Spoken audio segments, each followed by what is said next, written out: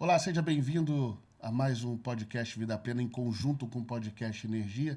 Sou Carlos Silva e mais uma vez estamos aqui em 2026, eleições 2026, apresentando todos os possíveis candidatos e candidatos que nós aqui aconselhamos que você dê um pouco de atenção, ouça, para que possamos ter um estado do Rio de Janeiro muito, mas muito melhor do que está hoje.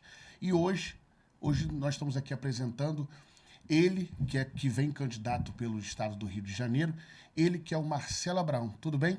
Prazer, muito bom. Boa tarde a todos. E, Marcelo, para a gente começar a nossa conversa, pergunta que podia ser lá no final, no meio, perguntar logo de início. Por que ser candidato e no Rio de Janeiro? Por que ser candidato? bom, ser candidato é difícil, é complicado, é a minha primeira vez. E no Rio de Janeiro é fácil a resposta. Diante de toda a coisa errada que a gente vê por aí, de tanta corrupção, tanto abandono e descaso, isso gera uma indignação, né? Então, quando a gente fica indignado, a gente tem vontade de fazer alguma coisa diferente para mudar e melhorar a vida, né? Não só minha, como a de todos aí que estão nesse estado e nesse município. Então, os amigos me ligaram, porque eu também faço um trabalho social, e, e, e falaram, Marcelo, vem candidato, vem candidato. Aí eu falei, tá bom, topo o desafio. E tô aqui. Entendeu? É, e você falou muito bem, né? Topar o desafio, porque é um É um desafio. desafio, né? Nós sabemos não só pelo lado menor, que são as mazelas, né? Do nosso estado do Rio de Janeiro, mas também as mazelas, né? Esses meandros políticos, né? De tipo, é um desafio, porque tem tanta gente aí que já está há muitos anos tentando ou que já está lá, né? Já está, mas faz de tudo para que outras pessoas não entrem, para que outras pessoas não tenham o acesso. Por mais que sejam bem votadas, vamos assim dizer, tem sempre um ou outro que a gente vê aqui em vários setores da política, né, que eles prometem algumas coisas sabendo que não é do alcance deles, se for um candidato a estadual, a federal, a senador, né? Chega lá na hora, não, mas eu não consegui, eu não votei, eu não fiz, já aconteci porque eu fui voto vencido. Por isso que é importante a gente estar falando isso aqui, de votar em pessoas que você conheça antes e não durante o processo eleitoral e muito menos depois que já votou. Isso tu me lembra um caso agora de uma candidata, eu não lembro qual foi o partido, que ela, quando veio candidata, ela prometeu o salário mínimo, acho que na época era de R$ 1.500. Ela foi eleita, inclusive, com essa mentira, que as pessoas achou que ela ia passar o salário mínimo para R$ 1.500 e acho que depois também foi um voo de galinha, mandato único e não conseguiu mais. E assim, eu, cara, hoje tenho 47 anos. E, e como todo mundo, a maioria dos brasileiros, nasci na Camarista Meia, comunidade, e aí fui morar em Piedade. E a vida me levou muito cedo, com 12 anos eu comecei a trabalhar. Fui trabalhar em comércio. Trabalhei com meu tio, onde eu aprendi a profissão de eletricista. Depois, meu pai, que aí foi onde eu aprendi mais sobre as necessidades que o Brasil em si, né? Porque quando você melhora o ecossistema nacional, melhora para todos os estados. E aí o que aconteceu? Meu pai entrou em sociedade com um amigo e a gente começou a fazer cinto, bolsa, carteira. E aí nessa época eu tinha 15 para 16 anos. E estudava, à noite ia para a fábrica de manhã, a gente fazia à mão, artesanal, e aí foi crescendo, comprando máquina, e chegamos a ter 25 funcionários. Quando, em 2004, o Lula assinou reconhecendo a China como economia de mercado, as barreiras alfandegárias que protegiam o mercado interno caíram. E aí os produtos chineses começaram a entrar muito barato no mercado. Então, assim, o nosso cinto mais barato, que era R$ 11,80, o chinês vendia por R$ 5,50. Então, era impossível competir, né? R$ 5,50 é o preço que a gente pagava na Fivela, lá em São Paulo, na fábrica, direto. E hoje em dia, quando tu fala isso, os jovens principalmente falam, isso é livre comércio. Livre comércio, se eu tivesse trabalho, livre concorrência, né? Se eu tivesse também trabalhadores escravos. Então, assim, se eu tivesse incentivo do governo, porque eu sempre vou ser um defensor da redução do imposto. Imposto pequeno, né, para poder alavancar a economia, porque eu costumo dizer que redução de impostos é a melhor forma de distribuição de renda. Por isso, porque se o imposto fosse pequeno, para o empresário aqui, eu ia conseguir concorrer com um produto chinês. Eu não estou reclamando dele vir para cá concorrer, mas eu ia poder concorrer em igualdade e a gente ia ganhar na qualidade ou ia ganhar no design. Final da história, fechamos a fábrica, 25 pessoas mandaram embora, inclusive nós, né, que hoje em dia eu trabalho com água mineral, e o Estado, no final, aumentou ainda mais o imposto para quem produzia aqui no Brasil. E aí você vê, São João de Meriti, que era a capital do jeans, não existe mais. Franca, que era a capital do calçado, que empregava muita gente, não existe mais. Aí tu vai ver lingerie lá em cima em Friburgo, praticamente não existe mais. E aí nós trocamos empregos para brasileiro por empregar o chinês lá fora, porque o governo não fez o dever de casa. E em breve pode vir até ser a 25 de março, que fala que tem muito chinês, japonês, coreano. E em breve também pode ser Cara, isso, a gente tinha um vendedor lá, o Peninha, que ele reclamava com os lojistas: pô, vocês estão comprando da China, daqui a pouco vocês vão ter que trazer navio de chinês para consumir aqui. Eu acho que a gente já até passou, né? Que eles estão trazendo chinês para trabalhar aqui. Então, a gente está nesse impasse. Então, assim, a única solução que eu vejo é reduzir a máquina pública, reduzir impostos e deixar o próprio empresário, o empreendedor, gerar riqueza, gerar emprego, empregar pessoas. Porque, assim, na verdade, Carlos, ninguém é igual a ninguém. Você tem um objetivo de ser empresário, o outro tem o objetivo de ser funcionário público, o outro tem o objetivo de trabalhar para uma multinacional. Então, quanto mais empresas tiver, mais pessoas vão estar no mercado. Quem quer empreender, vai empreender. E quem quer trabalhar para ser um gerente de loja, um CEO de uma empresa, vai também. As oportunidades vão estar lá, mas para isso a gente precisa desenvolver a nossa indústria novamente, para que a gente possa gerar mais oportunidade de emprego para as pessoas, né? Eu acredito que é o melhor caminho para o Brasil hoje. Marcelo, pergunta que eu queria lhe fazer em cima disso, sobre a questão de redução de impostos.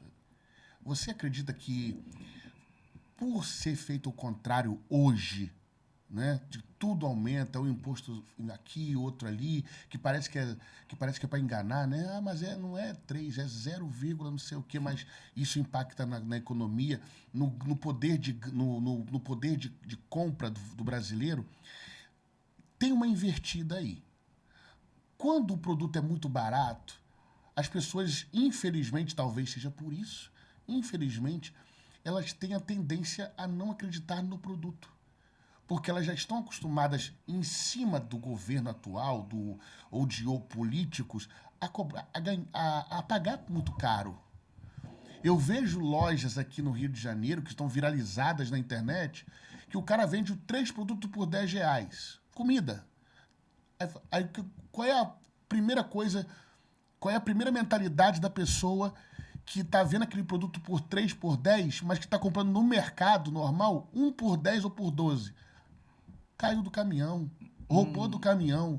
Ah, mas é produto que não tem qualidade. Onde eu falo, será que aqui a pessoa já não está acostumada a ter que pagar caro por algo que deveria ser barato? Não. Aí eu vou te falar porque eu conheço do assunto. Essas lojas que vendem 3 por 10, óbvio que se você, não todas, tá, mas deve ter loja que compra produto roubado. Mas muitas compram FIFO. FIFO é aqueles produtos que estão perto da validade de vencer. Então, eles têm que vender rápido, então marca pouquinho. A maioria delas aceita só dinheiro ou Pix, mas agora, a partir do ano que vem, eu não sei como é que vai ser, porque já marca pouquinho. Com imposto alto do jeito que é, se botar nota fiscal, acho que não vai ser mais baratinho, não. Tenho essa impressão. Porque com nota fiscal, que deveria ser É o correto. Com nota fiscal, aí já tem um imposto em cima Isso, aí o cara daquele tem papel, daquele produto. Exatamente. E só vai aumentando. E aí ele tem que repassar. E foi o que você acabou de falar. Eles falam, é no dinheiro, é no Pix, que aí não sei o que e tal. Porque foge do imposto. Para fugir de imposto.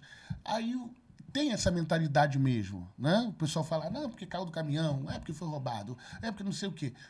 Aí eu particularmente vivi isso. O cara falou assim, irmão, você acha que eu vou comprar roubado? Anunciando na minha página na internet, porque a polícia pode vir aqui, a fiscalização pode vir aqui e tal. Mas foi o que você falou, o produto perto da validade, o produto tem a tendência a cair o valor. E isso, inclusive, nos mercados. Você vê nos supermercados das grandes redes que o produto custa 15. Caiu a promoção relâmpago, de 15 vai para 8, mas aí você vai ver, tá faltando um mês. Então. Mas um mês, claro que em um mês eu vou comer o macarrão, mas quando foi comprado, faltava 6 meses. Um fenômeno que não tinha antigamente e agora tem. Agora você entra no mercado, pode ser o mercado do tamanho que for, tem um monte de carrinho na porta, cheio de produtos já próximo da validade de vencimento, com preço mais em conta. Porque as pessoas, o custo de vida está caro, as pessoas não têm mais aquele poder de compra. Hoje uma família aí com 3 pessoas, se for no mercado, vai gastar aí para o mês inteiro e vai faltar uns R$1.200, R$1.500. Então, assim, o produto já não gira mais. É quando eu costumo dizer por isso que redução de imposto é a melhor forma de distribuição de riqueza. Eu comprei uma peça para o meu carro, que é um carro 1998, que custou R$338 a peça. 146 era imposto. R$146 de 338. Era imposto na peça. O equivalente a 3 dias de trabalho meu. Eu botava gás num dia, no outro e no outro para trabalhar. Então, assim, esse dinheiro que foi para o governo fez falta para mim. Ia voltar para o governo de qualquer forma, mas assim, gerando mais riqueza, né? Porque se o imposto fosse dos 338, vamos supor, em vez de 146 fosse R$40, ia me sobrar R$100, eu ia comprar um biscoito pro meu filho, o cara do biscoito lá ia ter um funcionário para vender, o cara que produz o biscoito ia ter que contratar mais funcionário para produzir, em cascata. Mas eles não sabem gerar riqueza. Hoje o país, em impostos, para manter a máquina pública, precisa de 5 trilhões por ano. Aí você vai ver dos 5 trilhões, funcionário público, gastos com lagosta, para ministro do Supremo, é um desperdício gigante, é viagens, é propaganda para dizer que o Correio entrega a carta, é propaganda para dizer que a Petrobras vende gasolina. Então, é o ralo do dinheiro público indo embora. Eles não têm mais amor ao dinheiro público. Eles acham que o dinheiro é público, não é de ninguém, né? Mas não sabe o quanto o povo sua, trabalha, passa sufoco para poder pagar imposto, para eles poderem maltratar o dinheiro. E você falou muito bem. Esse valor que você falou aí é um dinheiro que vai, entre aspas, limpo para o governo. Limpo. Só que ainda fala assim, então quer dizer que... Quanto foi? 148? 146. 146 vai para o governo. E os outros 100 e pouco vai para o lojista. Pro lojista. Não vai. Não vai. Porque em cima daquele que vai para o lojista, ele ainda vai pagar o funcionário, ele vai pagar para aquela loja, ele vai pagar água, luz. E em cima da água e da luz também tem o quê? Imposto. É isso aí. Então, o governo tira o limpo dele, ainda tira os impostos terceirizados, vamos dizer assim, de água, luz... Carlos, tu quer ver um absurdo? Eu falo aqui, pode anotar aqui, se eu for candidato eu vou lutar por isso, principalmente aqui pelo Rio de Janeiro, porque não são todos os estados, cada estado é uma política. O cara tem uma autopeça. A água dele é 600 e porrada porque é comercial. O cara, às vezes, tem 2 funcionários, 3, só usa para dar descarga e lavar a mão. Então, assim, o empresário já está apertado de grana, passa um sufoco danado para fechar as contas, às vezes paga aluguel, paga funcionário e ainda paga 600 de água, que não usa. Então, assim, a gente tem que ir corrigindo esses desvios que tem, esses erros, para a gente prosperar como nação, né? Inclusive. Porque se a gente for aqui olhar tudo que a gente paga. Tudo que a notinha fiscal tu pega e olha lá, quanto tem de imposto? Tem X. Esses dias eu fui no mercado, antes da estreia da Copa do Mundo, gastei 900 e poucos reais, 164 de imposto. Aí eu olhei assim e falei, pô, imagina um cara que recebe o Bolsa Família, que ganha 600 reais do Bolsa Família, ele vai no mercado e ele vai largar lá uns 120 de imposto. Será que esses 120 não vai fazer falta para ele? Então, assim, o governo dá com uma mão e tira com as duas. Né? Eu não, assim, na minha concepção, o Estado, né? O Estado foi criado para facilitar a nossa vida, não para pressionar e tornar a gente escravo dele, né? Porque hoje a gente trabalha para sustentar o Estado e no final a gente não tem nada em troca, não tem lazer, não tem um carro bom. Aí você às vezes vê aí também uma rapaziada do Uber aí anda com um carro velho caindo aos pedaços porque trabalha, não sobra dinheiro para fazer manutenção ou para sustentar a família, dar uma dignidade e assim com toda a classe trabalhadora. Hoje um cara que ganha 20 mil, tem 2 filhos, se ele botar numa escola particular, obviamente que ele vai botar na escola particular, vai pagar um plano de saúde, ele vai, acabou aquele negócio de viajar 2 vezes por ano, acabou, ele não consegue mais, porque o custo de vida disparou. E aí aumentar salário mínimo não é a solução, nunca foi, né? Porque a gente já teve salário mínimo aqui no Brasil quando era cruzado, o Cruzeiro Novo, de 4 milhões de cruzados. Todo mundo era milionário, né, quando vinha o contra-cheque. Aí ia comprar um frango. Eram muitos zeros. Aí ia comprar um frango, o frango custava 800 cruzados, entendeu? Então, assim, melhor forma é o que eu falei, redução de impostos, dar poder de compra, o cara chegar lá com os 2 mil reais no mercado, né, do salário dele, ele conseguir fazer uma compra maravilhosa, encher 3 carrinhos gastando 700 reais, levar o filho para passear todo final de semana, a mulher, ir para um bom restaurante. É o mínimo. Eu não estou falando aqui nenhuma loucura. O empresário que lá investiu, teve a coragem, se amanhã ele morar na Vieira solto, parabéns para ele. Mas o funcionário dele tem que ter pelo menos um Golf, um Corolla, não vai ter uma BMW, uma Mercedes, não vai morar na beira da praia, mas vai morar ali na Tijuca, vai morar no Meia, vai morar no Valqueire, vai ter dignidade, vai dar dignidade à família dele, entendeu? Por isso que eu defendo a redução de impostos com unhas e dentes. Eu lembro até trazendo um pouquinho de humor para a entrevista, né? Eu lembro até daquela brincadeira, né? Que o patrão chega no trabalho com aquele carrão, né? Aquele carro do ano. Aí o empregado fala assim, olha, poxa, patrão, olha, carrão bonito e tal, né? Aí ele vai falar assim, ó, se você esse ano se dedicar, trabalhar bem, se esforçar, se dedicar, ano que vem eu compro outro.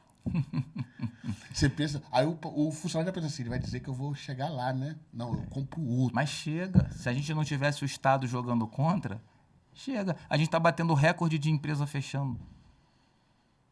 Ou seja, destrói o sonho do empreendedor e do funcionário. Sim. Foi o que eu falei, nem todo mundo quer ser empreendedor. Tem gente, meu cunhado quis ser funcionário público, ele é funcionário público. Minha cunhada é contadora e trabalha presta serviços. E cada um é o que se identifica, né? É o que se identifica. A gente tem a mania de taxaram, né, o empreendedor como o vilão, o bicho-papão, mas pega aí a nota fiscal de tudo que você compra e vê quem é o vilão. O Estado é o teu sócio oculto, em tudo. Até no banho que você toma está lá 27% ou 18% de imposto de ICMS na água. O próprio salário mínimo que a pessoa recebe, que hoje, né, estamos falando aqui em julho de 2026, né, se você está vendo essa entrevista depois de alguns anos falar que era só isso, que hoje seria R$ 1.621 o salário mínimo, já vem descontado. Já vem descontado um valor considerável. E nesse valor de 1.621, você ainda tem que contribuir com uma parte dele que já veio descontar para você.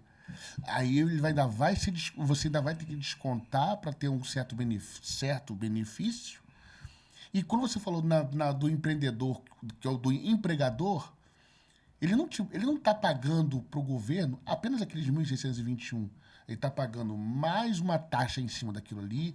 Quando vai ver, Do custo... R$ 2.800. Um, R$ os 2.800. especialistas dizem aí que quem ganha 10 mil custa para o empreendedor 19 e recebe 7. Porque o governo mata 3, ainda mata mais os 9 ou 8 do imposto patronal, que eu sou contra o imposto patronal. Acho que tem que acabar. Para falar a verdade, mudando um pouquinho de assunto, eu até conversei fora do ar, eu sou a favor de igualdade para todos, né? Vamos dizer que é um falso socialismo, igualdade para todos? Mas eu sou a favor da igualdade assim. Se eu sou CLT e tenho a certeza que o CLT, hoje eu não sou CLT mais, mas não é bom, porque hoje o CLT espanta emprego em vez de trazer emprego. Aí você pergunta um político, qualquer um deles, se eles querem ser CLT. Eles não querem ser CLT, eles têm regime especial de aposentadoria. Eles, funcionário público. Por quê? Porque eles sabem que a CLT, entre aspas, rouba o trabalhador. Paga um rendimento horroroso lá no fundo de garantia, que é teu dinheiro. Quando se aposenta, se tu se aposentar ganhando um salário mínimo, 2 salários mínimos daqui a 5 anos, eles não reajustam e você está ganhando um salário mínimo, e aí você tem que trabalhar, tem que catar latinha, ou tem que trabalhar no Uber, tem que fazer alguma outra coisa para poder complementar a tua renda, para tu sustentar a tua família. Aí, para piorar, hoje ainda tem um fenômeno que os netos quem cuida são os avós. Mais um gasto, quando o cara tinha que estar com tranquilidade, curtindo a vida dele, pegando a esposa dele, entrando num transatlântico e viajando o mundo, tá lá, trabalhando. E aí eu falo isso e vou deixar registrado. Eles estão lutando pelo fim da escala 6x1 para 5x2, mas pro Estado vai ser benefício. Por quê? Porque eles vão taxar os aplicativos, né? iFood, esses aplicativos todos aí de delivery. E aí, como o seu salário no seu emprego não dá para você se sustentar, você vai fazer um bico extra. E aí você vai pagar imposto do teu salário e mais o imposto do aplicativo que tu trabalha. Ou tu entregar Mercado Livre, ou tu entregar... Você vai pagar imposto 2 vezes para eles. Pode ter certeza disso. Inclusive, né, isso chegou a acontecer aqui no Brasil por um breve momento, né, mas não foi para frente, que um ex-presidente, né, o Bolsonaro, ele chegou a dizer o seguinte: a pessoa que paga o chamado MEI, né, microempreendedor individual, se ele paga MEI e está lá como que ele é vendedor, ele não tem que ser, ele já está pagando aquilo ali, ele pode ir na rua, sair na rua aí vendendo a bala dele, vendendo o não sei o que dele, só que tem estados ou cidades, não, você vai ter que ter licença. Licença de quê? Ele já paga o MEI para isso. Então. Ou seja, impediram em cima do que você falou, imposto em cima de imposto. Porque ele já pagava o MEI que daria direito a ele de fazer aquilo ali, aí vem umas outras cidades ou estados e dizem, não, você vai ter que pagar outro imposto para você ter essa liberdade. Eu vou falar do que eu vivi. Quando minha filha quis uma festa de 15 anos, eu e minha esposa falamos assim, pô, ela quer uma festa de 15 anos, a gente vai ter que fazer alguma renda extra para poder pagar a festa. E aí minha esposa começou a fazer bolo, a gente ia para a feira. Sábado do Rocha e quinta-feira do Valqueire. E aí a gente trabalhando lá. A feira do Valqueire, hoje, vamos supor, que geralmente o filho do feirante não quer ser feirante, tá? E aí eu vou chegar nos camelô. O cara é camelô? Eu tenho uma certa... Porque eu sei do custo que é o cara manter uma loja, pagar luz, funcionário, aluguel. Vamos falar ali de Madureira específico, né? E ele tá ali pagando imposto. E realmente o camelô atrapalha, porque o cara tá vendendo blusa e o camelô tá vendendo blusa. Então, assim, é desleal. Por cima de forma circular. Isso, é desleal. A concorrência é desleal com o lojista que tem aqueles encargos todos. Mas, pô, cara, a gente tem um montão de feira livre, umas até que já estão quase acabando, porque não tem mais feirante. Por que não pega essa galera? Porque eu tentei, na época, com a minha esposa, se legalizar na feira. Eles não abrem mais licença. Eles preferem que o cara vire vagabundo, monte uma boquinha de fumo, ou então faça alguma coisa de ilícita, do que dar um emprego, dar uma dignidade pro cara. Pô, aqui, meu amigo, vai ali em Madureira, cadastra os camelô. Olha aqui, meu filho. Tem essas feiras livres aqui. Segunda tem uma, terça tem outra, quarta tem outra, quinta tem outra, sexta tem outra, sábado tem outra e domingo tem outra. Você quer trabalhar em qual? E deixa os caras trabalhar nas feiras livres. Legaliza ele. Dá dignidade, ele vai ficar felizão de bater no peito e falar, eu sou empresário, eu trabalho na feira, eu tenho aqui meu MEI, meu cadastro, pago imposto. E aí você consegue dar dignidade. Assim, político, não sei o que acontece. Eles não querem, eles não têm visão. Eu fico vendo aí um monte de praça, mané. Eu olho para as praças assim e falo, poxa, essas praças públicas aqui geraria vários empregos. Aí, pô, como assim, Marcelo? Pô, tá aqui a praça. O Estado, que tem um papel, na minha cabeça, de facilitador, né? Constrói um banheiro lá, masculino, feminino. Legaliza aqui, ó, os food truck na praça. Ó, aqui vai ter 20 food truck. Pô, 20 food trucks? Se tu botar uma média de 2, 3, vamos botar 2, para ficar exato. Pô, são 40 pessoas trabalhando. Aí, vai vir família, né? Pra lá, pra consumir. Aí o cara vai comprar gelo, vai comprar mais hambúrguer. O cara vai comprar mais, carvão, o cara vai botar lá o pula-pula. O outro vai passar vendendo algodão doce. E aí você vai gerando riqueza. Aí você quer aprimorar a Lei Rouanet? Como é que era a Lei Rouanet, né? Quando o cara criou? Era pro pequeno artista. Aí tu pega o artista fulano de tal que tem um grupinho de pagode. Meu filho aqui, ó, você vai tocar nessa praça aqui, é sexta-feira, pagode. Tu vai receber aqui 1.500. Ou 500 por semana. Sei lá, na sábado vai ser o cara do forró. No domingo, o cara da música gospel. E aí você fomenta, né? Você leva público para a praça, leva a família, e a família gasta, o cara vai comprar um pirulito, vai comprar um hambúrguer, vai comprar uma pizza, vai comprar, e vai ter opção, mas eles não fazem porque não tem interesse, eles preferem manter todo mundo na criminalidade, né? Talvez você não saiba, eu estava até conversando com o Samuel, esses caras que passam de moto entregando gás, todos eles estão errados. Todos. Se a polícia parar e quiser, leva para a delegacia, e aí o cara vai preso, vai responder por... Não vou lembrar a lei agora, o crime agora, mas eles imputam um crime, e aí o cara nem gastar dinheiro com advogado. Por quê? Porque o Estado não quer legalizar aquele cara. O que acontece? Os depósitos de gás não querem mais ter funcionário, porque é custo. Né? Então, eles fizeram o que eles chamam de boqueiros. O cara vai lá, eles fazem o gás mais barato pro cara, o cara pega e entrega no cliente. Porque assim, tem senhorinha, tem gente que não tem carro, tem gente que tem carro, mas não quer lá apanhar o peso, prefere receber na porta de casa. Então, assim, por que o Estado não... Olha só, você faz teu MEI aqui de entregador de gás, entregador, e cada depósito vai apadrinhar 50 entregadores. E aí o cara fica meio que atrelado àquele depósito. E aí legaliza o cara. Deixa o cara trabalhar, deixa o cara levar o sustento para a família, porque hoje ele perde dinheiro. É ruim falar isso, mas é verdade.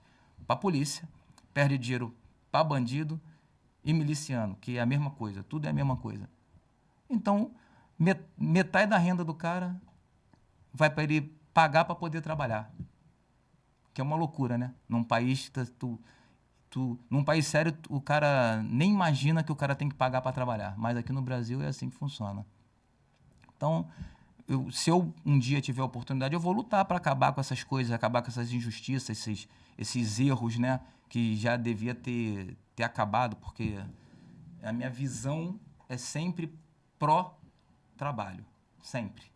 Ah, o cara tá errado? Pô, mas vamos ver como é que a gente faz aqui para ficar bom para todo mundo, para ele, para o Estado, pro cara levar o sustento. Eu não vou, fico vendo aí, dá até vontade de chorar, prefeitura pegando a barraquinha, jogando e botando no caminhão, e o cara perde o que investiu, a pessoa perde o que investiu e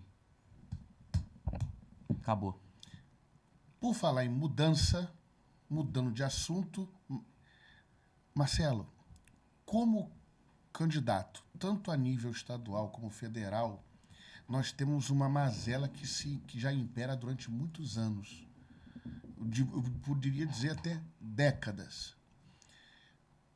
são as obras que são iniciadas e não são finalizadas. Isso não é só... Isso é a nível Brasil. Mas aqui também no nosso estado, né, nós temos muitas obras que começam e não terminam. Aí eu queria que você explicasse, para que as pessoas possam ter uma visão diferenciada, porque não é só começar e não terminar. As pessoas, eles começam a fazer determinada... quando inicia.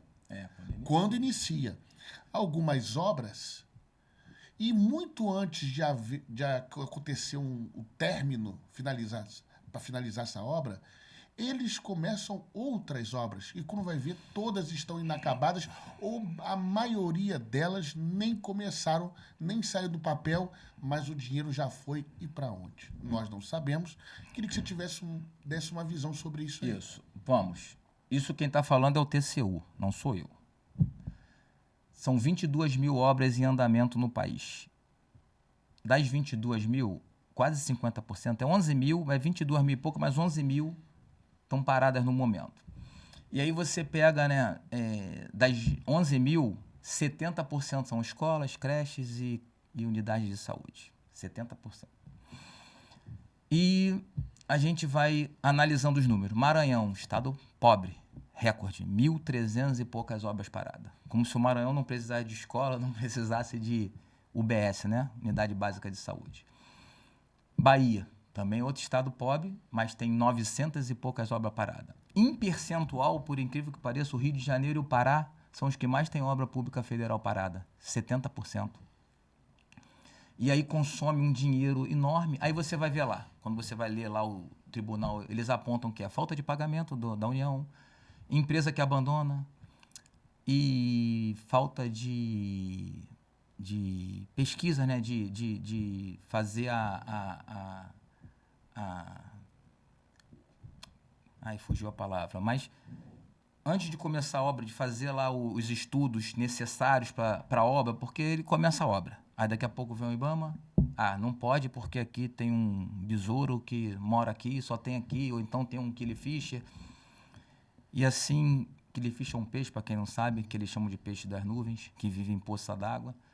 E assim, a gente vê essas obras paradas, e aí você, como eu até tenho um vídeo no meu canal, e aí tu vê eles começando novas obras.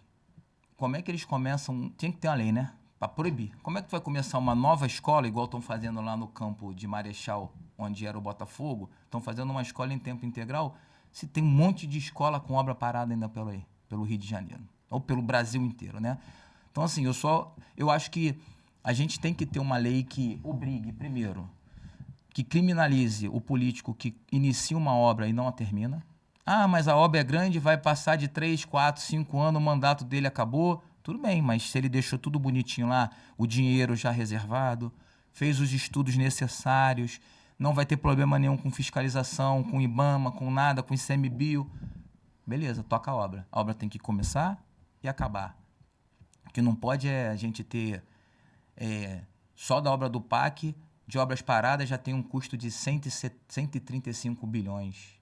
Dinheiro jogado no ralo, porque quando vai começar a obra, já está tudo parado. A gente pega aí. As obras mais famosas vêm na minha cabeça. A Tim Maia, né? Ciclovia.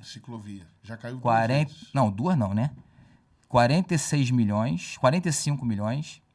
Já caiu uma vez, a primeira vez matou 2 ciclistas, depois ela caiu mais 3 vezes. Aí, a prefeitura não satisfeita botou do bolso mais 9 milhões para fazer o guarda-corpo.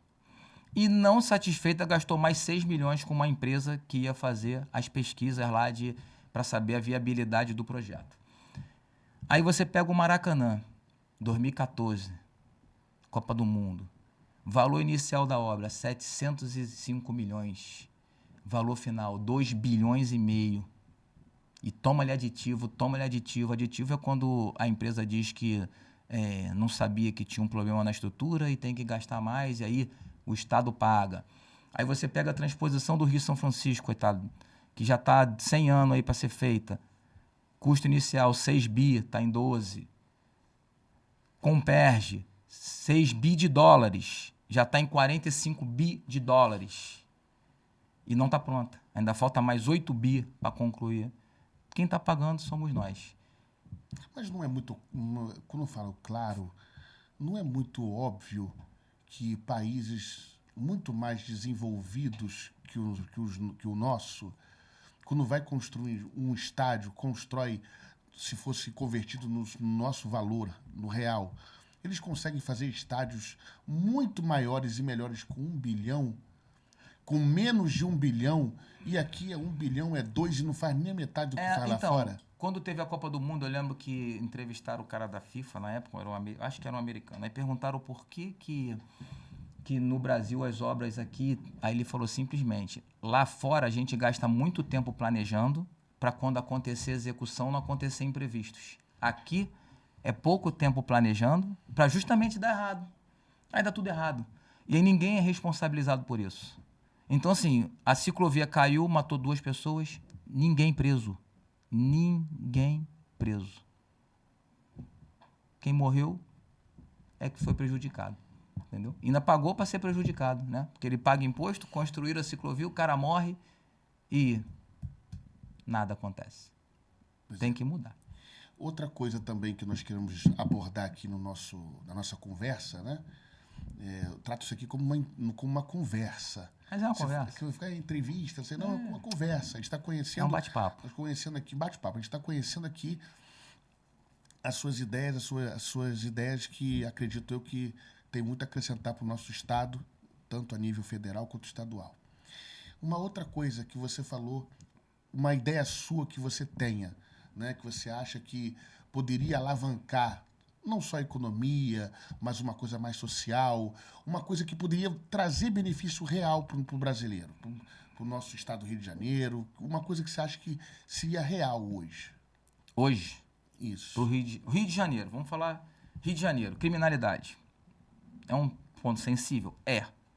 Mas hoje a gente tem que falar, porque ninguém aguenta mais a criminalidade do Rio de Janeiro. Ninguém. Então, assim, é duro falar isso? Não sei, mas eu acho que a gente tem que começar a debater e agir e caminhar no sentido de desfavelização. Por que desfavelização? Primeiro que favela não é lugar de ser humano morar. Então, na minha concepção, quando você retira uma comunidade dali, você vai dar dignidade humana a quem mora lá. Ah, Marcelo, por quê? Porque não tem saneamento básico, a água não é boa, ele não consegue escolher a internet que vai usar, ele não consegue escolher o gás que ele vai comprar, vai pagar mais caro que todo mundo, a água mineral é a mesma coisa, o ovo, agora a farinha de trigo. Ou seja, ele é um escravo, né? Então, assim, basicamente eu vejo a comunidade hoje assim, ó, tá? Os traficantes, capitão do mato. As favelas são as senzalas. E os moradores, os escravos sociais. Aí tu vai ver um monte de político, que eu costumo dizer, não votem em político que entre em comunidade, porque eles nunca. Primeiro que eles não querem tirar você de lá. E segundo que eles nunca vão fazer uma lei para que mantenha o criminoso preso o mais tempo possível, para que ele não fique aqui fora perturbando a vida de ninguém. E aí, quando eu falo em desfavelização com dignidade, quando você tira o morador de lá e pega ali várias comunidades, né? Na Praça Seca tem um montão de comunidade pequenininha, na Tijuca, no Valqueire. E aí você pega um dado assim, Marcelo, de onde vai tirar o dinheiro para desfavelizar? Ano passado, a Justiça do Rio de Janeiro apreendeu 6 bilhões do tráfico. Vai usar esse dinheiro. Vamos criar um fundo, a polícia ocupa a favela. Dona Marta, se eu não me engano, tem em média 1.600 barracos. Então a gente vai catalogar todo mundo, a polícia vai ocupar, porque a gente sabe que ocupação permanente não resolve, porque a gente já teve as UPP e a sede da UPP aqui a 100 metros estava boca de fumo, então não resolve. E a gente não consegue tirar o criminoso da favela, a gente tira a favela do criminoso. E aí você traz esse morador para o asfalto. Quando você tira a favela dali, aquela casa ali que está perto da favela, que custava 1 milhão e estava custando 300 mil porque a favela estava próxima, vai voltar a valer 1 milhão. Então você vai ter uma valorização no bairro. Quando você tirar ele de lá e botar ele numa casa com energia solar, não é fazer conjunto habitacional não, fazer Cidade de Deus, Cidade Alta, porque vai virar favela vertical. Pega aí, constrói casas de 3 andares, vai ficar 3 famílias, energia solar, que é importante, porque aí você já vai cuidar do meio ambiente, e lá onde era o morro, refloresta. Acabou. A gente tem que dar o primeiro passo. A gente não vai sentir de cara, né, o efeito disso quando tirar uma, mas a partir de tirar uma, 2, 3, tirou a 10ª, aí você já vai começar a ver o efeito disso na cidade, né? Tu andar com mais tranquilidade, porque ali não tem... Porque a favela é pequenininha e ele tem vários criminosos lá dentro. Tem traficante, tem 57, tem muita coisa que não... Óbvio, 99% dos moradores que estão lá são honestos, trabalhadores e merecem ter dignidade. Não merecem ser tratados como escravos sociais por muito político aí. Muitos. Olha que são muitos. Eu vejo aí vídeos deles entrando, subindo favela, descendo favela na garupa de motoqueiro, fazendo... Ih, vários. Aí o povo vê, assiste vídeo e sabe.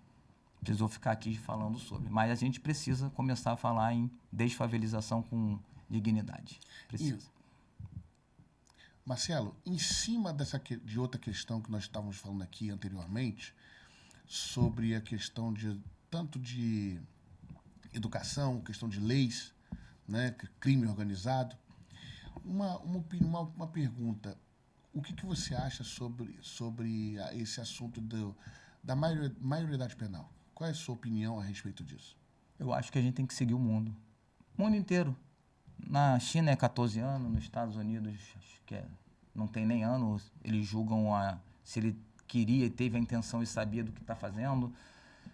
Eu sou contra a redução de pena. Eu sou contra... Acho que não tem que reduzir pena.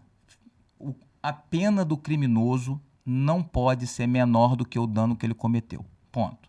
Tem que trabalhar na cadeia, onde tiver que ser, nem que tem que trazer ele com picareta para abrir túnel e estrada. Mas ele tem que trabalhar. Ele não gosta de trabalhar, então quer penalizar um criminoso é botar ele para trabalhar. Ponto. Mata ele do coração. Não sou contra a audiência de custódia. Sou contra a audiência de custódia para reincidente. O cara cometeu um crime, foi a primeira vez, réu primário? Vai lá para a audiência de custódia. Cometeu de novo, acabou, vai responder preso. Quanto mais tempo a gente... ser severo, né? Tem que ser mais severo. Não pode um estelionatário ter 80 passagens pela polícia. Aí tu vê aí, esses dias roubaram lá uma menina lá, o cara foi preso, o cara tinha 11 passagens, inclusive um latrocínio por roubo. Ele estava solto. Nem que a gente tenha que... Eu estava vendo esses dias que o STF decidiu que os manicômios judiciários... acho que tem um viés para soltar o Adélio, mas isso vai ser lá para frente. Então tem aquele cara que entrou no cinema e metralhou, tá solto. O outro lá também que estupra, né? Várias pessoas está solto. Enfim, se a gente não tiver rigor, mas não é só o rigor, né? Tem que cumprir de ponta a ponta o que pegou de pena, o cara vai pensar pelo menos 2 vezes antes de cometer o delito. Porque hoje, o cara esses dias estava aí um cara que foi preso ali em Madureira, que ele tinha uma semana que estava solto e já estava roubando a bicicleta do rapaz e foi preso de novo e se bobear já está solto. Entendeu? Então, acho que básico pra gente, a pena do criminoso não pode ser menor do que o dano que cometeu. Ponto. Se ele pegou 10 anos, 10 anos. Pegou 5, sem redução de pena. Ele está lá preso, não tem por que ter bom comportamento, só tem ele e mais 50 na cela, e é ele e mais 50, não tem como ele ficar mal comportado por isso. Né? Mesmo porque está recebendo tudo na mão, comida, água. Então, sou contra a redução de pena. Acho que já melhoraria muito acabar com redução de pena. Acabar com saidinha, né? Essa inversão, né, que você mesmo mencionou agora,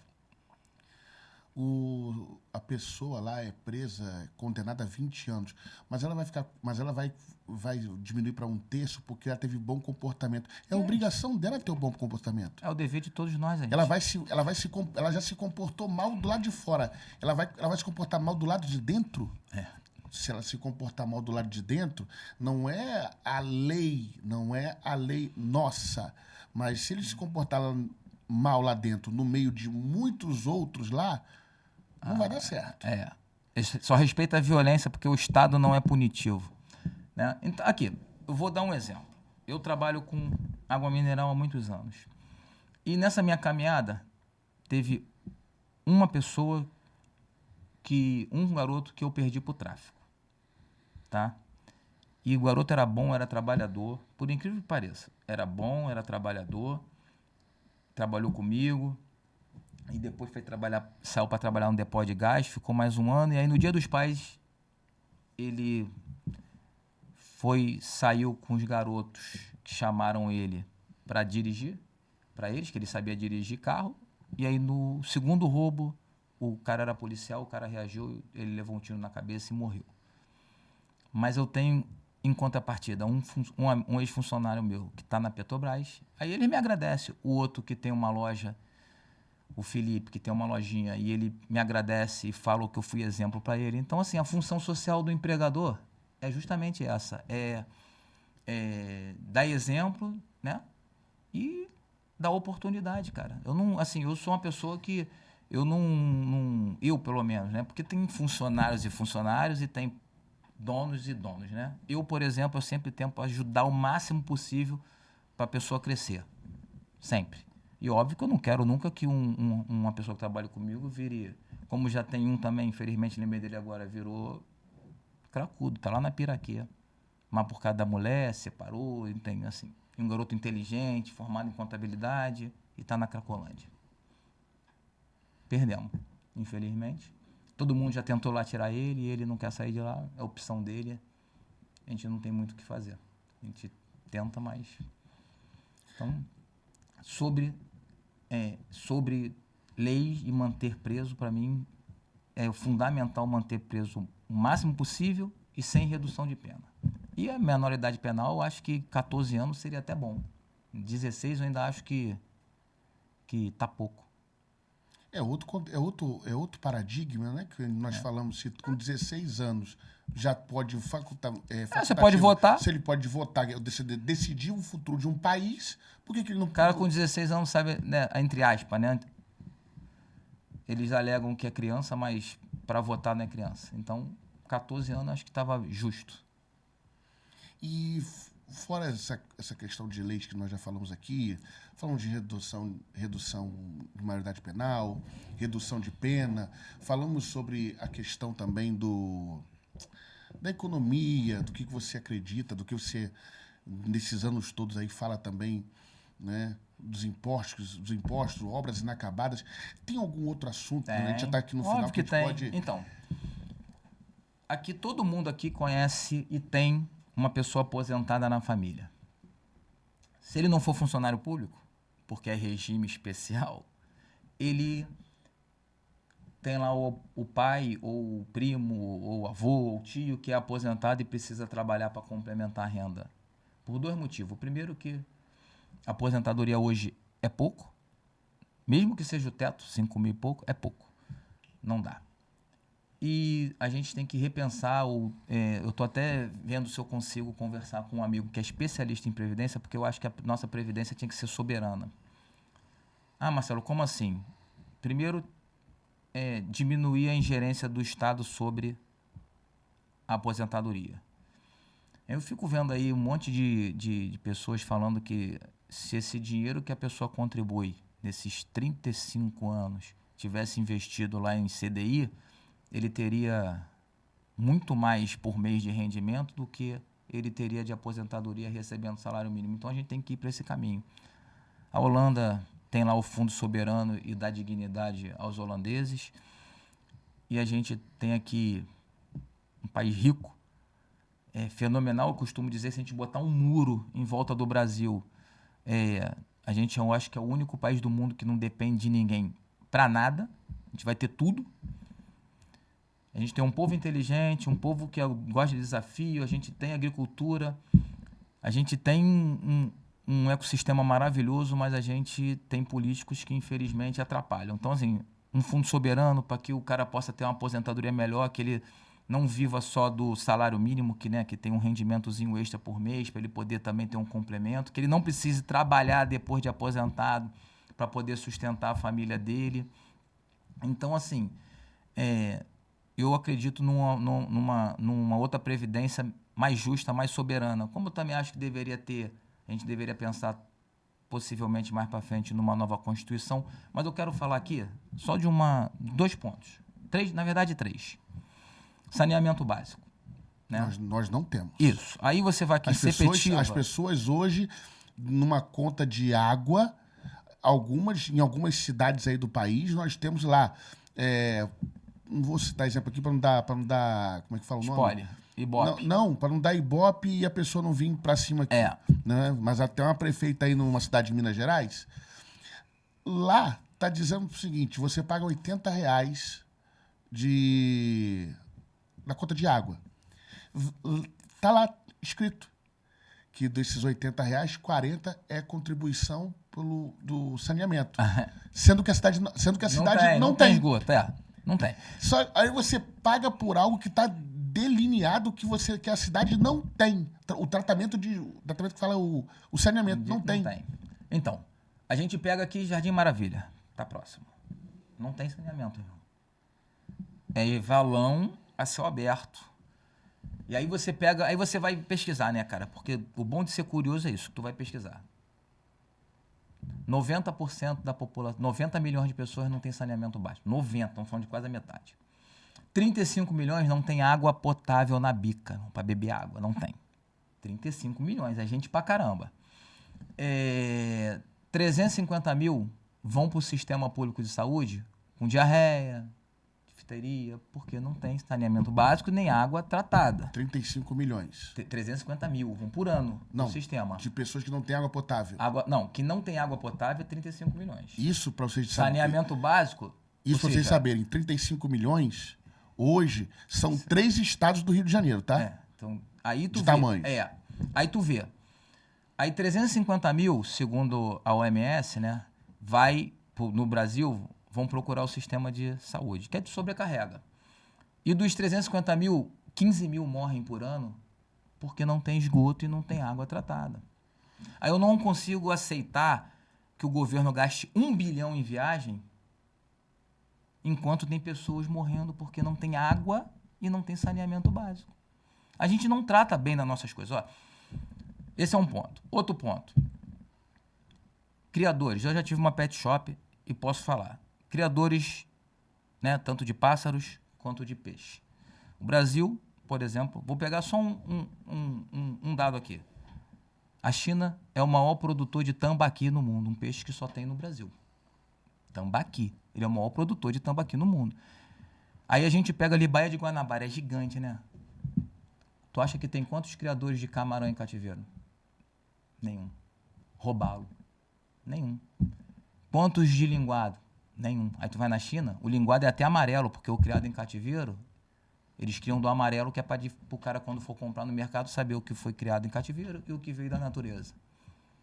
Aí você vê os barcos chineses que ainda invadem o Brasil, ainda tenta afundar os pesqueiros brasileiros, e a gente é o país que mais tem água doce no mundo, as pessoas não têm água para beber. A gente é um país que mais tem água doce no mundo, a gente não pode, por exemplo, o criador hoje de killifish, que eu falei, é um peixe que agora recentemente acharam na Amazônia uma espécie nova. A gente não pode criar aqui no Brasil. Mas aí ele sai do Brasil de forma clandestina, o gringo lá fora produz e ele entra no mercado como importado, como é a caradisco, como é o aruanã. Peixe que você, por exemplo, tu não pode... eles não conseguem ver que o criador ele pode ser uma fonte de receita para o Estado, uma fonte de emprego, porque o cara que cria um canário belga, que cria um curió, inclusive a própria ararinha azul, que só não foi extinta porque alguém na Alemanha tinha 300 unidades que saiu daqui clandestino, o cara foi procriando. E ele tinha para doar e agora a gente conseguiu salvar a espécie aqui no Brasil.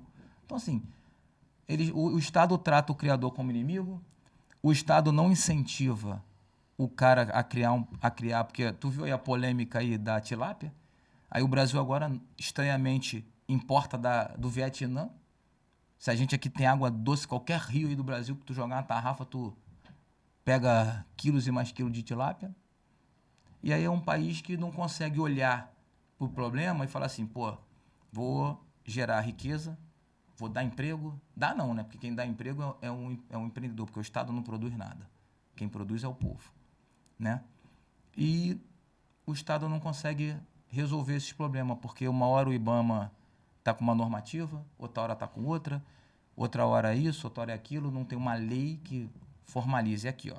Esses aqui são exóticos, esses aqui são nacionais, né? Que a gente chama da fauna nacional, tanto para peixe. Pô, nem que crie lá, cara, o criador amador, mas que ele consiga emitir a nota fiscal, consiga criar no seu quintal de casa e ele consiga lá, ó, tá aqui meus bichos, o IBAMA foi lá, ou a polícia florestal fiscalizou, tá tudo direitinho, e ele tá empregando a pessoa, tá sustentando a família, tá mantendo a biodiversidade, porque ele não tá tirando da natureza. Então, assim, a gente vive num país que, infelizmente, não olha, não sabe e não consegue, ou porque não quer, ou porque não sabe, gerar riqueza e dar oportunidade. A gente tem que ser o país da oportunidade. O resto o brasileiro faz, né? O Estado tem só que ser o facilitador. Por que tem hospital público? Porque enquanto eu estou trabalhando para gerar riqueza, imposto, alguém tem que cuidar da minha saúde, porque eu estou trabalhando, senão eu mesmo cuidava da minha saúde.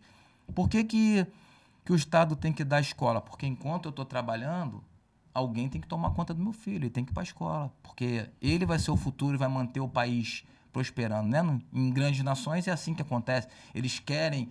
A gente tem no Brasil lá vários cientistas lá nos Estados Unidos que são brasileiros, que podiam estar aqui produzindo conhecimento, produzindo riqueza. Aquela menina aí da do paraplégico, a dona... Esqueci o nome dela, coitada. Parece que as pessoas jogam contra. Falta mais pesquisa. Pô, ela está tentando, irmão. Ela está tentando fazer o paraplégico andar. Jesus falou, né? Que vocês vão fazer coisas maiores em meu nome. E coisas maiores é justamente isso. A inteligência está ali. É você conseguir desenvolver um medicamento que vai salvar milhões de pessoas, não vai mais ter câncer. Mas para isso a gente precisa investir em mentes brilhantes. Essa questão de nós importarmos, exportarmos, isso já é um assunto, quando eu digo, já vem de muitos anos, Muito. né? Nós, até pouco tempo aí, não sei, eu não lembro agora se era gás ou se era combustível, nós éramos, acho que é gás, né? Não, Nós, o diesel também, né? Assim, nós éramos, vamos dizer assim, pioneiros e mesmo assim estavam comprando do a gente é autossuficiente. A gente é Eu não autossuficiente. entendo isso. A gente é autossuficiente, mas importa. E compra lá, acho que na época acho que era da Bolívia. A gente manda também, né, o petróleo lá para fora e vem refinado, porque nosso petróleo é grosso e as nossas refinarias foram construídas, não são próprias do petróleo que a gente tem aqui. É só a loucura que acontece no Brasil que realmente... Já vem de muito É tempo. o que eu falo, se a gente não falar, se não começar a debater e amadurecer essas ideias, a gente nunca vai resolver o problema. Vamos ficar rodando atrás do rabo a vida inteira. A gente morre, o filho morre, o neto morre e continua os mesmos problemas. Nada resolvido. Entendeu? Então a gente sempre fala, por isso que eu falei no início, mudar a mentalidade na hora de votar é essencial. Porque as pessoas hoje, né, eu estou falando hoje de modo de dizer, porque já tem muitos anos, as pessoas elas falam assim, eu não vou votar em ninguém para A, para B, mas também não quero anular meu voto. Aí surgem pesquisas aí dizendo que a pessoa decide votar faltando 2 dias para as eleições. Quando digo decide, não é porque ela está indecisa entre vários, é porque ela não quer, aí ela pega o primeiro que está ali, né? Para não dizer que eu vim obrigatoriamente aqui à toa, eu vou chegar e vou votar nesse candidato aqui. Aí vê que esse candidato lá, o estrago que ele causa depois. Tu me fez lembrar. Eu sempre gostei de política, desde jovem, porque eu trabalho desde os 12. E aí meu professor de história mandou ler um livro, o livro era até do presidente do MST. Mas eu não sabia, naquela época a gente não tinha aquele negócio de aquela rivalidade de direita e esquerda. Era o que? Rainha não, né? Não sei se era o José Rainha, cara. Não lembro o nome, mas era a Reforma Agrária, era o título, eu lembro. Uhum. Eu li o livro. E aí no livro ele dizia que, embora o Fernando Henrique tivesse sido o presidente que mais assentou, né? Até então, né? Até o livro lá, isso está lá em 90 e tal, muita gente não era nem nascida, ainda era insuficiente. E eu fui questionar o professor, que ele ia com broche, do PT. Cara, foi uma guerra, teve que vir o diretor, porque eu questionei ele, que se o Fernando Henrique era o que mais tinha assentado, por que eles reclamavam tanto do Fernando Henrique? Né? Tipo assim, não tem lógica. Se é o presidente que mais fez até hoje, por que tu tá reclamando do cara em vez de tu sentar e ajudar o cara para poder, né, melhorar, sentar mais terra, resolver mais o problema, tirar mais família do... Rapaz, deu uma guerra, mas foi uma guerra na sala de aula, deu um bafafá, envolveu mãe, pai, e foi uma loucura. Mas assim, Traduzindo. hoje eu vejo... Deu toda essa confusão, a mas, dou- a doutrina- mas ele não te respondeu. A doutrinação já era, a gente não via. Sim. E aí eu pego. Vamos aqui. Quem tem a minha idade aí, que nasceu em 80, cara, todo mundo via que o funk era uma coisa, e aí um monte de cantores, eu não vou falar o nome, que todo mundo sabe, que se dizem consagrado, disse que o movimento funk era cultural. Hoje o movimento funk é cultural? Hoje alguém para ouvir Djavan, dessa geração aí? Ninguém, dormiu pra cá, ninguém ouve. Caetano Veloso não sabe quem é. Lulu Santos, ninguém sabe quem é. Os mesmos que apoiaram hoje não conseguem encher o teatro. Nada, depende da Lei Rouanet, porque eles jogaram a sementinha, porque destruiu, porque senta, senta, senta, chupa, chupa, chupa, fez a mulher de objeto, e a cultura da bandidolatria. E aí, esses jovens que não querem mais ouvir eles, a verdadeira música popular brasileira, eles precisam da Lei Rouanet, precisam fazer de ajuda do governo para poder se manter. E a gente vê esses MC aí nadando de braçada, né? Morando em condomínio, tendo carro de 500 mil. A gente não sabe como, mas eles têm. Outros aí estão até presos aí com o movimento 1 bilhão, coisa que empresário aí que já está há anos não consegue, entendeu? Mas aí está lá, ocupado. Mas quando você diz que o professor que já vinha sendo doutrinado, me lembra da vez que, lógico que nós não tínhamos aqueles canais, nós não tínhamos, eu tô falando 1998, 99, onde o respeito 97, prevalecia. nós não tínhamos acesso à informação que temos e hoje. nós não tínhamos esses canais hoje que tem YouTube, nós não tínhamos. Aí o que acontece? Eu lembro até hoje, uma professora minha de geografia, que no caso ela era militante, e em cima dessa classe dos professores, que ela virou e falou assim, vocês viram, nós não tínhamos como ver, nós com uns 12, 13 anos, nós não tínhamos acesso de ficar, que estudava 7 horas da noite, 7 horas da manhã na escola, nós não ficávamos até 1 da manhã, 1h30 da manhã assistindo televisão. Aí eles assistiam, botavam assim, você viu que naquele programa desses conhecido que fazia entrevista na época, você viu que o prefeito foi lá? E o prefeito sentou lá quando o entrevistado para falar, o Jô Soares. Quando o Jô Soares perguntou ele tal coisa, o prefeito falou tal coisa, o Jô Soares se levantou e foi embora? Sendo que essa entrevista nunca aconteceu. E outra coisa, eu vi o Serginho Groisman, o Lula, acho que estava em 78, não sei se é 88, 78, no Serginho Groisman. 88. Aí um cara pergunta assim, um cara da plateia, você que é contra a ditadura, apoia o governo cubano, que é uma ditadura?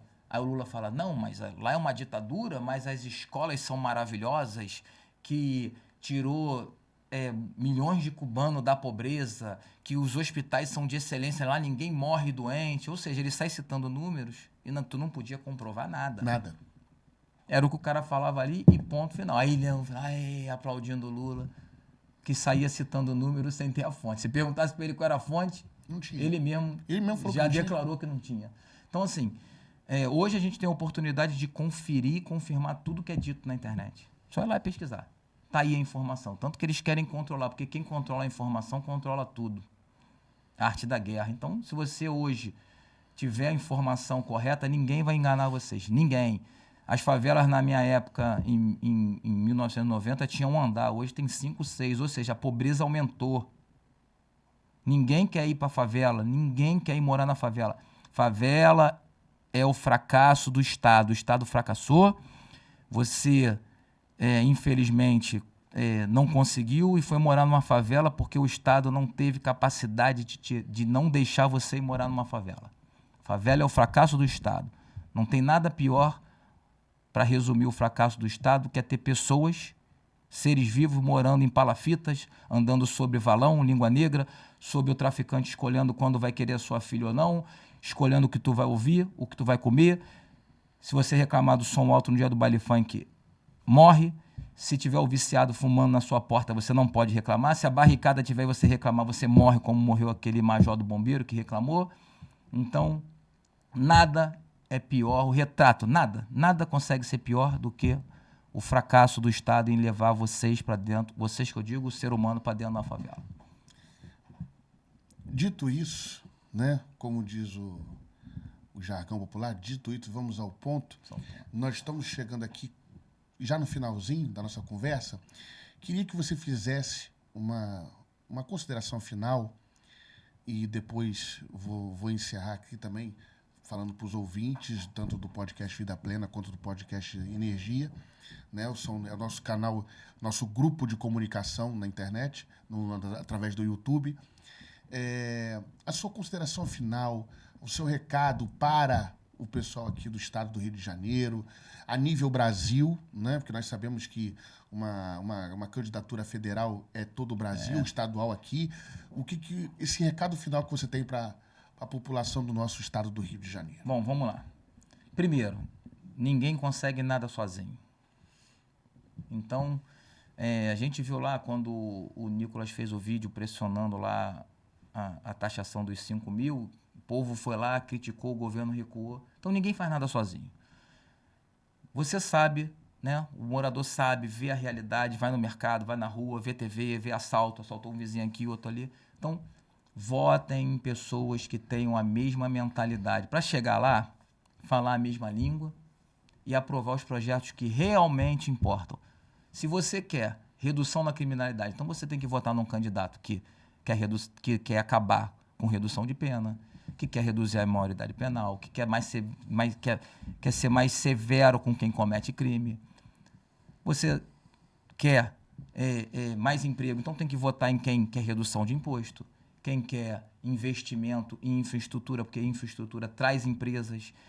Quando não tem criminalidade, também traz empresa para o seu estado. E no federal a mesma coisa. Então, assim, não adianta a gente votar, eu penso assim, mas vou votar no fulaninho ali, que é candidato do meu amigo que está trabalhando com ele, mas, pô, ele tem um pensamento totalmente, ele não quer que reduza o IPVA, por exemplo, né? O IPTU, o IPVA, não quer que reduza o IPTU, mas aí o cara que quer votar uma coisa para te beneficiar, tu não vota porque tu vai votar no coleguinha, no amigo, no candidato do coleguinha que está trabalhando. Então, assim, uma coisa é certa, de mim, tá? Marcelo Abraão, não vai faltar empenho, não vai faltar vontade nem luta. Agora, sozinho a gente não faz nada. Então, tem que pressionar. Eu pressiono quando tem uma lei aí que precisa, eu vou lá no e-mail dos senadores e mando e-mail e reclamo. Eu faço isso porque se não for dessa forma não vai. Político tem medo do povo. Se o povo pressionar, assim, do povo que pressiona, que também só ficar na rede social reclamando não resolve. Se tiver que ir pra rua, vai pra rua. País sério é assim, né? País sério é assim. Eu nunca mais vou esquecer, um amigo meu falou que chegou nos Estados Unidos, numa cidade de Fairville, que manifestação, ele perguntou pro amigo dele, por que isso aí? Não, porque o banco, quando veio para cá, prometeu fazer melhoria no município, né, no condado, e não fez. Então agora a gente quer que eles vão embora daqui porque eles não cumpriram com o que prometeram. Então, um país que quer ser soberano de verdade tem que saber lutar pelos interesses em comum, né, coletivo. Porque quando melhora o coletivo, o individual decola. E aí cada um vai brilhar da forma que tem que brilhar, vai fazer da forma que tem que fazer. É óbvio, eu costumo dizer que aqui no Brasil hoje, infelizmente, o cara é pobre porque o Estado fica te empurrando para baixo d'água, aí tu vai num país de primeiro mundo, o cara é pobre, ou é porque é preguiçoso, porque não quer trabalhar. Mas a oportunidade está lá, por isso que eu falo que a gente tem que ser o país da oportunidade. Está lá, vai lá buscar quem quer. O sol nasce para todos, a sombra para poucos. Quem quiser sentar na sombra, que vá lá e sente na sombra. É isso. Como eu falo aqui já há alguns anos, e eu repito aqui, né? Nós estamos trazendo, através dos nossos canais de entretenimento e do nosso pacote de nossos podcasts, tanto o Vida Plena quanto podcast Energia, nós estamos trazendo para vocês, população do Rio de Janeiro, pessoas que estão dispostas a mudar. Pessoas que estão dispostas e têm um pensamento para tirar essa mesmice que está aí. Então, o que nós queremos dizer para você, durante toda essa conversa aqui, a gente fala em entrevista, mas durante toda essa conversa aqui, ou parte dela, o número do Marcelo, né, vai estar na tela, né, e você vai poder, através da candidatura dele, do número que vai aparecer na tela aí, e ele também vai deixar nas redes sociais dele, vai aparecer também na tela, na tela ou na descrição do vídeo, vai aparecer os contatos, as redes sociais dele. Entre em contato. Ele mesmo falou que ele gosta de pressionar, gosta de perturbar. Se você tem dúvida, manda mensagem para o Marcelo. Fala assim, Marcelo, uma outra dúvida que eu tenho em relação a tal assunto, ele vai te responder. Inclusive, se não for individual, ele vai fazer um vídeo explicando tudo isso. É a ideia que nós temos aqui no podcast. Mostrar para a população do Rio de Janeiro que nós não estamos à toa, tipo, vamos votar em qualquer um. Não, a ideia aqui é mostrar para o Rio de Janeiro, para o estado do Rio de Janeiro, que nós temos candidatos, nós temos opções melhores do que das que estão aí. Seja a nível estadual, seja a nível federal, nós temos melhores candidatos. Basta nós querermos conhecer os candidatos. E só vamos conhecer, logicamente, entrando em contato, falando o que tem que ser falado, e vamos chegar num consenso. Exatamente. Eu já ouvi falar, quando o cara entra, ele só muda a vida dele. Não, eu não penso assim. Se eu não pensasse assim, eu não tinha aceitado o desafio. Eu, pelo menos, sou a moda antiga ainda, a palavra tem que valer. Então, se eu tô ali naquela guerra que é para melhorar a vida da população, nós vamos lutar para melhorar a vida da população. E melhorando a vida da população, óbvio, cara, melhora de todo mundo. É coletivo. As pessoas, hoje, infelizmente, a pessoa fica só olhando o problema do vizinho em vez de pensar em solucionar o problema do bairro. Marcelo, valeu. Obrigado pela conversa. Estamos à sua disposição. Queremos agradecer mais uma vez a oportunidade de estarmos aqui gravando, mostrando para a população as nossas intenções e as nossas vontades de melhoria. Gostaríamos de agradecer a sua audiência, reforçando, Marcelo Abraão está vindo como candidato, você vai ter maiores informações na legenda do vídeo, na descrição do vídeo, lá nas redes sociais dele. Só ainda não defini se é estadual ou federal, porque estou vendo com o partido negociando, mas assim que sair, eu vou comunicar a todos. Isso, vai estar tudo comunicado lá, você vai poder ver as redes sociais dele.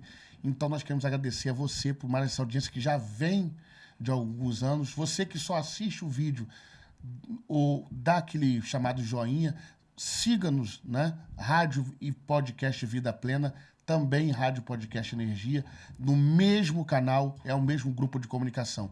Queremos agradecer mais uma vez a todos que nos assistem, que compartilham, que divulgam. Estamos aí para isso, para mostrar para o Rio de Janeiro as nossas melhorias para esse estado tão querido que é o nosso Rio de Janeiro. Muito obrigado pela sua audiência e até a próxima.